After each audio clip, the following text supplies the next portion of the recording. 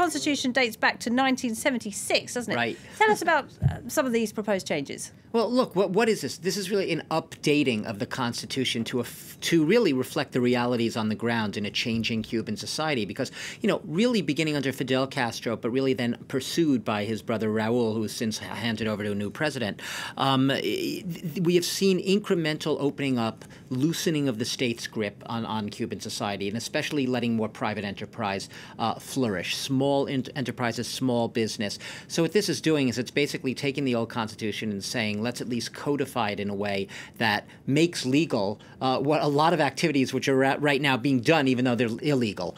One of the main things is recognizing private property, recognizing joint ventures, recognizing the role of foreign investment. What you won't see in this Constitution now is any reference, any explicit references to trying to achieve some utopian communist society.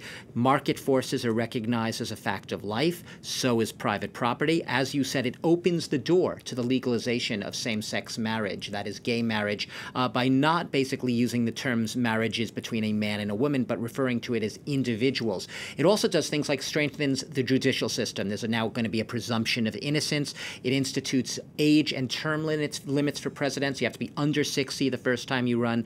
2 terms, 5 years each. So that will be new as well. Instituting the office of a prime minister, having more of a collective leadership, moving away from that very, very centralized, almost cult of personality rule that we saw under the Castros. So it's a change, but once again, it's change reflecting stuff that's already been happening on the ground. It's reactive change, if you could call it that. All right, so change is coming slowly to Cuba. What can we expect to stay the same? To stay the same, first of all, Communist Party. They are not, do not misinterpret anything I just said as they are banning the role of the Communist Party. It will remain the guiding force of the nation, the only permissible party in the nation. Yes, private enterprise is recognized. Market forces are recognized. That doesn't mean individuals will have a free hand to just accumulate wealth. The state will remain very much the dominant force, having absolute control over the means of production, over the labor of production. The state will still be calling the shots, and you will still have the rule by one person down.